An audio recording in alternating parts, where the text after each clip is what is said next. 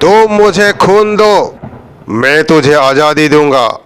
मेरी मन में कोई संदेह नहीं है कि हमारे देश की प्रमुख समस्याओं गरीब, अशिक्षा, बीमारी, कुशल उत्पादन एवं वितरण का समाधान सिर्फ समाजवादी तरीके से ही किया जा सकता है। व्यर्थ की बातों में समय खोना मुझे जरा भी अच्छा नहीं लगता। ये स्लोगन था भारत की अघोषित प्रधानमंत्री, आज़ाद हिंद फौज की फाउंडर, हमारी क्रांतिकारी प्रिय जननायक नेताजी सुभाष चंद्र बोस जी के। नेताजी सुभाष चंद्र बोस श्री श्री ठाकुर को 3 बार दर्शन करने गए थे। पहली बार जब ICS पास किए थे, द्वितीय बार और तृतीय बार पावना स्थित सत्संग आश्रम में। नेताजी सुभाष चंद्र माता पिता श्री श्री ठाकुर अनुकूल चंद्र की दीक्षित एवं एकनिष्ठ भक्त थे। श्री श्री ठाकुर सुभाष चंद्र बोस के माता पिता के अनुरोध पर जगन्नाथपुरी ओडिशा गए थे। श्री श्री ठाकुर वहां अपने भक्त मंडली के साथ लगभग 2 माह तक अवस्थान किए हुए थे। नेताजी पावन आश्रम आए तो श्रद्धा सुशील वसुधा श्री श्री ठाकुर जी का निर्देश अनुसार पूरे आश्रम का परिदर्शन करवाए और श्री श्री ठाकुर का भावादर्श एवं उनकी परिकल्पना से संबंध में जानकारी दिए। आश्रम का परिदर्शन करके सुभाष बोस को बहुत अच्छा लगा।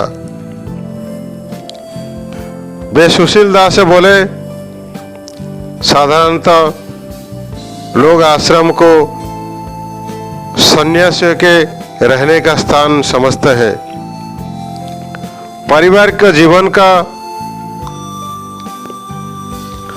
दायित्व वहन करके नित्य समस्या का समाधान करके आश्रम पे रहने का दृष्टांत आप लोग को ही सर्वप्रथम दिखलाया है। आप लोग यदि देश के विभिन्न जगहों में इस तरह का आश्रम बनाते हैं तो ये लोगों के लिए एक उज्जवल दृष्टांत हो जाएगा। इसके बाद सुभाष चंद्र बोस श्री श्री ठाकुर के समीप आकर भक्ति भाव से प्रणाम किए।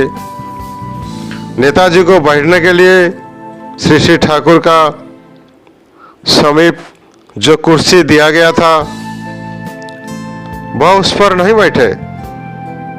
मातृभक्त नेताजी बोले, श्री श्री ठाकुर मेरे माँ के गुरु है, उनकी समीप में कुर्सी पर बैठ नहीं सकता। ये कहकर वो श्री श्री ठाकुर के समीप जमीन पर बैठ गए। श्री श्री ठाकुर सस्नेह हैं नेताजी के पिता माता एवं परिवार के अन्य लोगों के कुशल मंगल का संवाद पूछे। उसके बाद सुभाष चंद्र बोस श्री श्री ठाकुर से पूछे, देश के लिए तो बहुत कार्य करना है,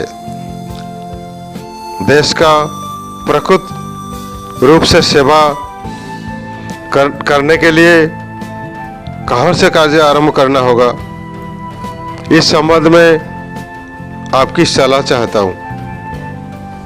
श्री श्री ठाकुर सुभाष चंद्र की तरफ स्नेहपूर्ण दृष्टि से देखते हुए भाव विभोर स्वर में बोले, मैं समझता हूँ देश का कार्य करने के लिए सर्वप्रथम मनुष्य तैयार करना होगा, योग्य मनुष्य के लिए कंपैटिबल सुसंगत विवाह संस्कार की जरूरत है।